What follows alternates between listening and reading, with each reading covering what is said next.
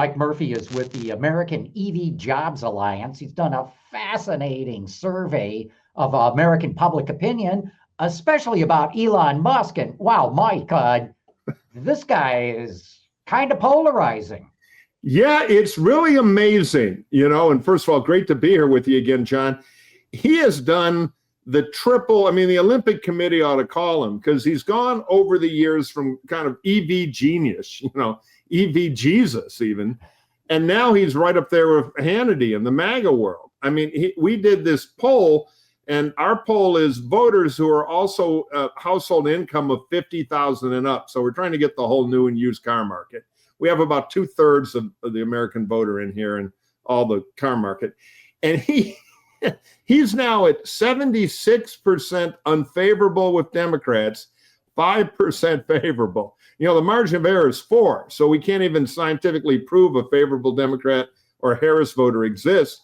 On the other hand, with Trump voters or with Republicans, which, are almost completely the same number, he's at 70% favorable. Very few Republican politicians are that high other than Donald Trump himself. So Elon has totally become a Republican superstar and a Democratic Bond villain. And that's kind of flipped, right? I mean, it used to be the other way around. Yeah, a couple years ago, we do this poll every November. So when we did it before the election in 23, Elon was still what we call underwater. There were more unfavorable than favorable Democrats to him, and he was doing okay for Republicans, but he wasn't that well known. Like only 40% of people had a real opinion of him in the Republican Party. Now everybody knows him and everybody loves him in one party, and the reverse. So he's gone from a few years ago, the green car guy, to now he's MAGA royalty. So you found a real difference between men and women as well. Yeah, he has, the classic gender gap. He does significantly better with men than women, and some of that kind of lines up with the the politics. It's kind of interesting. Among men, he's like 49 favorable, 32 unfavorable. With women, he's only 34 favorable, so 15 points lower than men, but 11 points higher unfavorable, 43. So he's 7 points underwater there. It's kind of funny. If you drive a gas car, you don't love Elon, but you give him a 42 favorable and a 37 unfavorable. So he's slightly ahead. If you drive an EV, you give him a 35 favorable and a 42 unfavorable. So he's more popular with gas car drivers, and he's particularly popular with pickup truck drivers.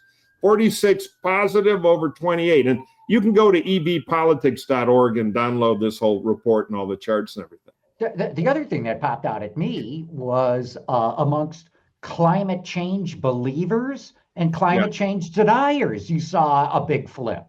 Yeah, this is the thing I keep screaming at the OEMs, which is because of that Nissan Leaf commercial, the first launch with the polar bear hugging the guy, thanking him for buying an electric car. These things have been glued to your environmental view. And if you're in Western Europe or Asia, there tends to be consensus on global warming. But here in America, we argue about stuff, including that. So when we ask people, climate change is a very serious problem and we have to really act on it, we get about 58% agreeing and about 40% disagreeing. So when you put the green leaf on the car and you sell it as an environmental vehicle, you're alienating the 40%, which is overwhelmingly Republican, that does not want to drive a dogma mobile. You're not talking about save $2,000 a year in gas, the average family spend on gas, or the acceleration, all the good EV stuff. So it's become politics. And what you see in our data is among people who think EVs, the climate change is super serious, they hate Elon. Among people who have doubts about climate change, they love Elon. So my argument is sell the attributes of the car, not the value statement. And if I see another green leaf on a car, I literally want to go around with a crowbar taking them off, because it's the opposite of good marketing. The other thing is when you tell somebody who cares about climate change that electric cars are good, they already know all that. They want to hear about charging and price and all the regular vehicle stuff.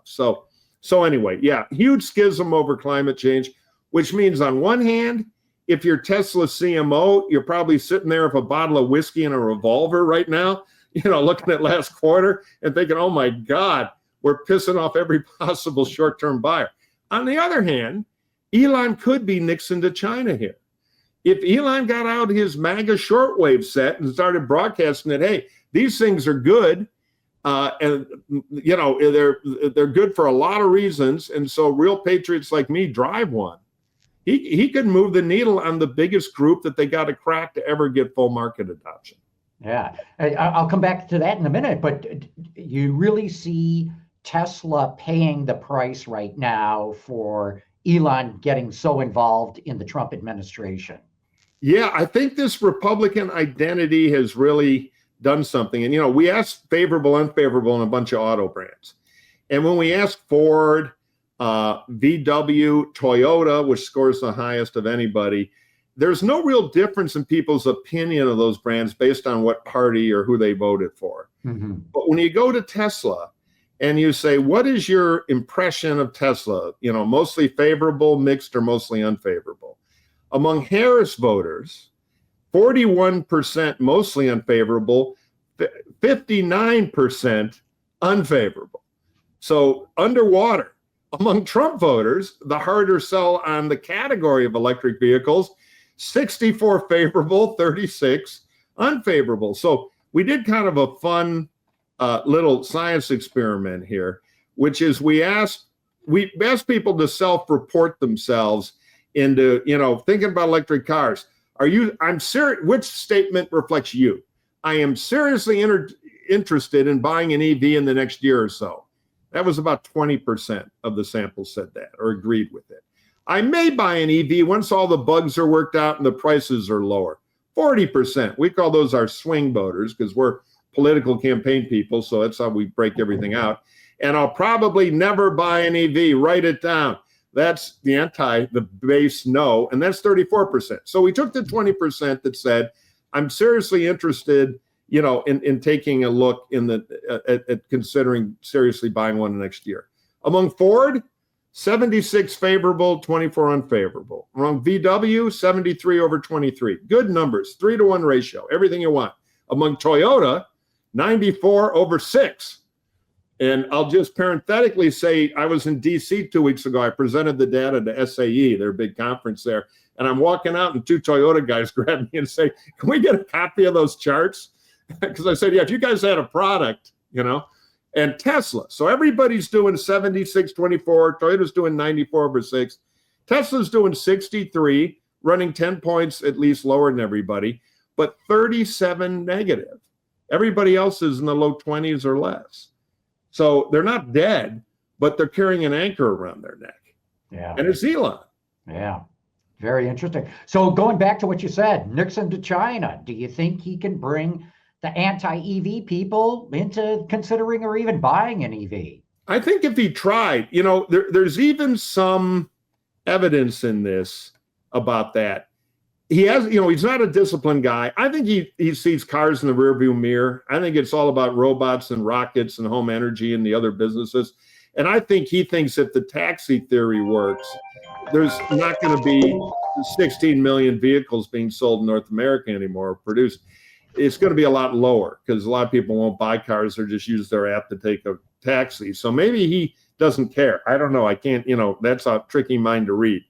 But I will say that since the Republicans like him more than they did a year ago, I'll tell you a question that changed. We asked people, do they agree or disagree with this statement? EVs are for people who see the world differently than I do. Big tribal cultural thing. It used to be among Republicans back in 2003, in November of 2003, 59 agreed, 41 disagreed.